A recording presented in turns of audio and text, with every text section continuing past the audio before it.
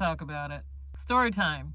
I was at the grocery store gathering rations, and I have a sweet tooth, so I, of course, am led to the bakery, see what kind of pastries and donuts that they have, and I saw something there that triggered me. I did a double take. Is this Blackface?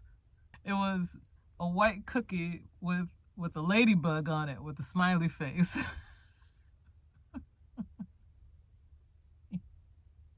That I couldn't help but laugh at myself that I was like triggered by this cookie.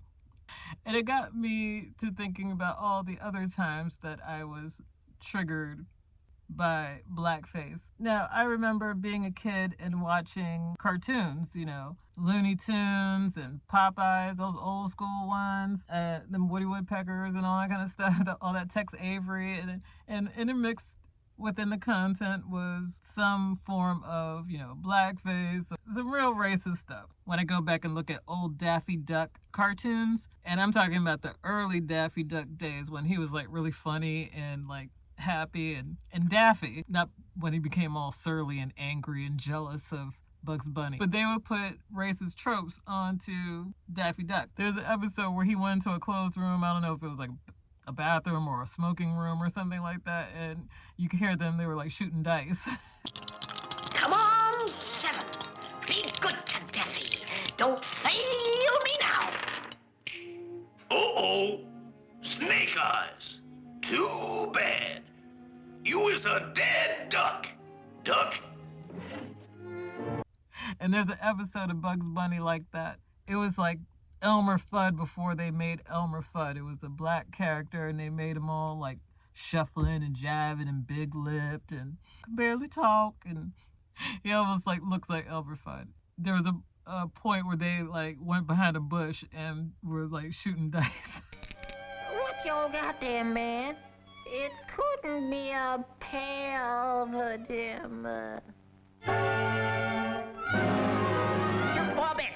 And Bugs Bunny 1 came walking out in the black man's clothes.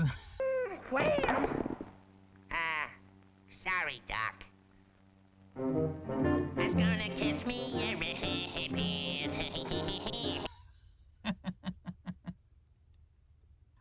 See, why am I laughing at this racist ass shit? It's terrible. But it exists. And this is what we watch growing up. This is on regular television for children to consume. But I remember particularly when I would see actual like blackface. I think, I saw Al Jolson was a white Jewish man who became famous off of doing blackface. I'm like, mammy. Yeah, in fact, I think it was Looney Tunes parodying Al Jolson from time to time that made me think I'm like, what? There was always something that bothered me about like, what is this? I could tell it was a caricature, but I didn't have the language to say, this is a caricature. This is like not real. I couldn't put together that it was this white person that smeared a whole bunch of black makeup on their face with this wide area of the mouth not covered. My mind couldn't put it together, but I knew it was something that I shouldn't like. Growing up watching Little Rascals, looking how they got buckwheat up in that joint. I'm like, we're just watching this, but I'm like, we shouldn't be watching this. This is racist. But this is what we were consuming. I get to shopping, or at least, window shopping online. Like when I see someone go, ooh, I'm just like, oh, Gucci. I remember the blackface balaclava. But why do I love this dress so? These beautiful blouses, this high fashion. Love it. It's excellent. I wish I could proudly wear it, but I cannot, because I cannot forget. Hashtag never forget the blackface balaclava. I was disappointed in black celebrities kind of scrambling to negotiate with Gucci to see, oh, how can we make this right? You need some diversity up in here so that you can understand what you did.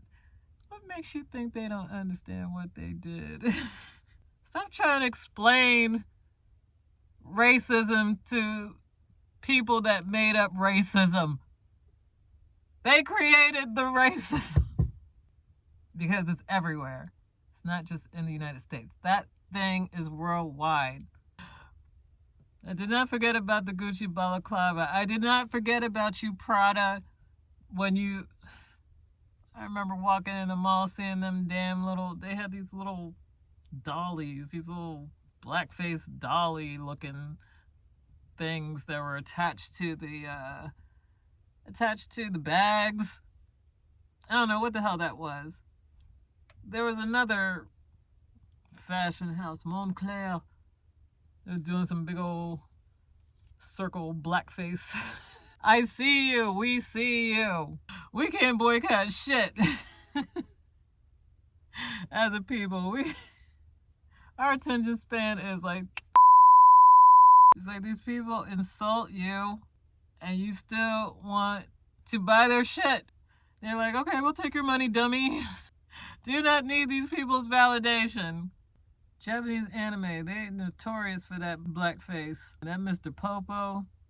What do they see when they see black people? It's what I wonder. It's freakish. Are there ways that, we as black people are still perpetuating blackface? Boyce Watkins called out grills. He was saying his grills, like, the gold fronts and grills are these the new blackface. I'm not a particular fan of grills. I'm just not. My folks are from Panama, like Caribbean and like black Latinos. Them old school ones, they were committed to their gold fronts. They would have like a whole gold crown. They would have like a gold border around their tooth or a little chip. They were committed to their gold fronts, all right? And they'd be permanent, not these take-on, take-off joints. A lot of them just make your mouth look dirty to me, but I don't know. Now, I have a best friend that bought some gold fronts. They're very tasteful gold fronts as far as gold fronts go. What is that about? I don't get it. It's like, why are we showing our teeth like that? That's what the slave master used to do. You're standing on the auction block, they used to come right up and like open your mouth and check your teeth and shit. Now you up here, showing people your teeth.